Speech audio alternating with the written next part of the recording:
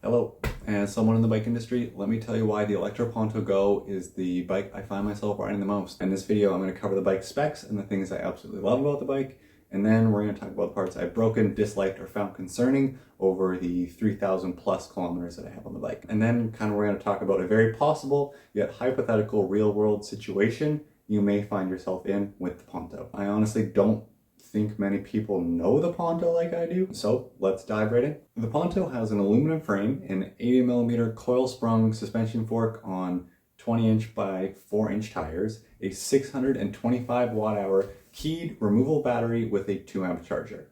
That power goes into a BEP hub drive motor and can be operated with the throttle or the bottom bracket mounted torque sensor. Basic pedals, lock-on grips, and a large bench style saddle for 2 covers your touch points. Tektro hydraulic brakes with sensors clamp down on the 180mm rotors. When activating the brake, a light activates on the rear and turn signals on the bar let drivers know of your intentions. The Ponto comes equipped with Trek's proprietary kickstand as well as a full coverage set of fenders, front and rear. The bike comes at a hefty 80 pounds, and if it's GVWR, if you will, is 440 pounds. In no particular order, let me tell you about all the things that I love about the Ponto. In terms of cost-effective transportation, this is like as good as it gets. Your regular expenses are a few cents on electricity to charge the battery, which costs about 7 cents to fill the tank where I live, and that's all besides basic maintenance, of course. No insurance, no gas, nothing like that. With some accessories offered by Trek, you can make the Ponto have quite a bit of storage. Under the seat, the zipper bag is a must. The ability to have a passenger is an awesome addition. Being able to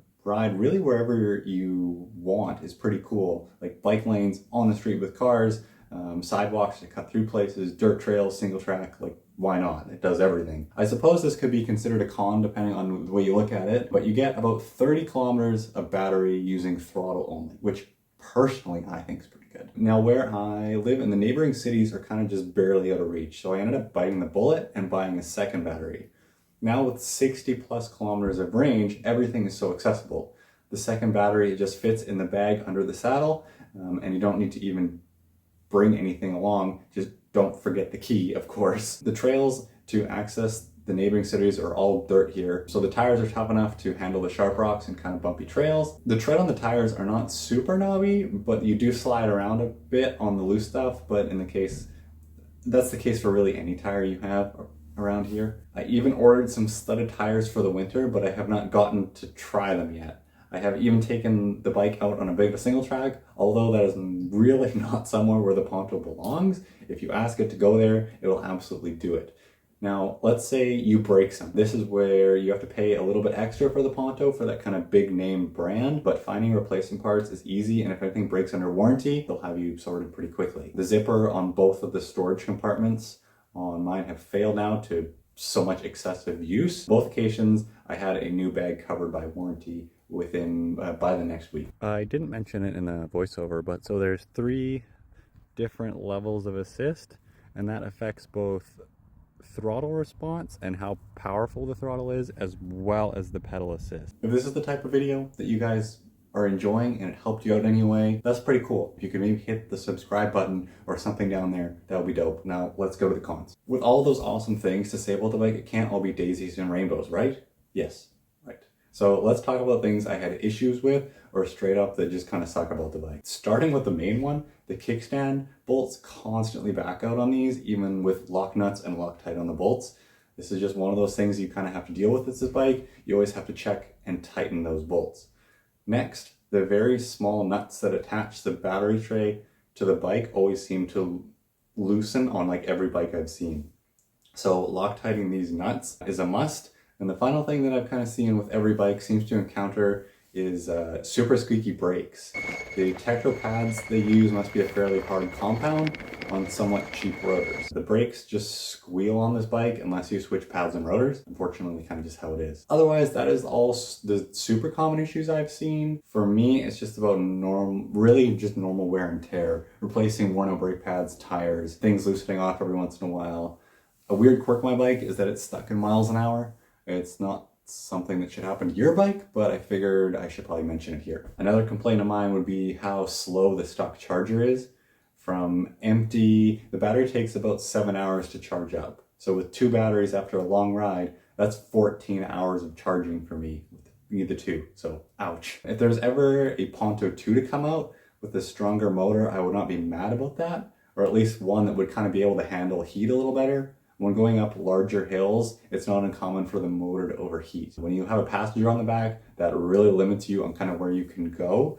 There are places around here where the 2 of us just can't go because we won't be able to make it back up the hill without going for a walk. I guess I should mention something about the pedals too. They're not a con per se, but I feel like I should mention it at least.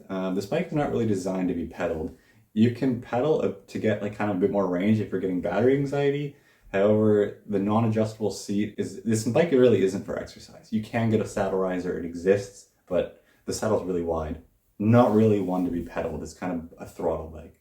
So the last thing I could talk about is kind of the stock headlight. If you plan on doing a lot of riding or commuting at night, it's just like barely adequate, I'd say. Upgrading that light to something more powerful like I've done is really recommended. The last kind of super nitpicky thing would be the throttle can be a bit hard to hold when going on really long rides. So that's why I have a strap to hold the throttle down, and then the brakes cut power to the motor, and then they of course slow you down. It's not as sketchy as it sounds. So the next thing I kind of want to bring up is, let's say there's a hypothetical day that you may find yourself in. So let's say you want to ride your bike, your Ponto, to work. So you could you open up the storage compartment under the seat and you put your lunch and snacks, and you put your water bottle in the water bottle holder, unplug the battery from the charger. I should mention the battery can be charged on the bike or off the bike, wherever is easier, which is pretty convenient. Then you put your phone on the quad lock charger, head out for the day, and let's say it's like a rainy fall day. So you have full coverage fenders, so even though the road is wet, you stay, as dry as you possibly can when riding out in the rain. And then for a relatively short commute, let's say it's 3 to 5 kilometers, it'll take 10, 15 minutes to get there, which would be the exact same amount of time it would be if you were to drive. Then with the brake lights and turn signals, when you're out playing in traffic, cars know your intention and give you a little bit more space. Then you go to work, yada yada, now it's time to go home. So it's dark now and you need to go to your friend's house to pick up that pair of shoes and jacket you forgot when you were there last time. So you turn on the lights, head out in the dark, and then when you get there, you put the shoes in the front bag and your jacket under the seat storage, and then make it home you only use maybe 1 or 2 bars of battery.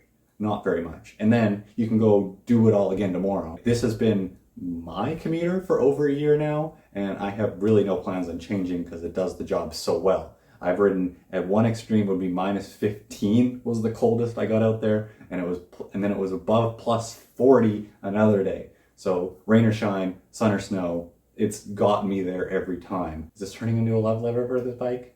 I don't know. Well, there you go. My thoughts about the Ponto. I think the bike is pretty special and has saved me so much money on gas from being my primary source of transportation for over a year.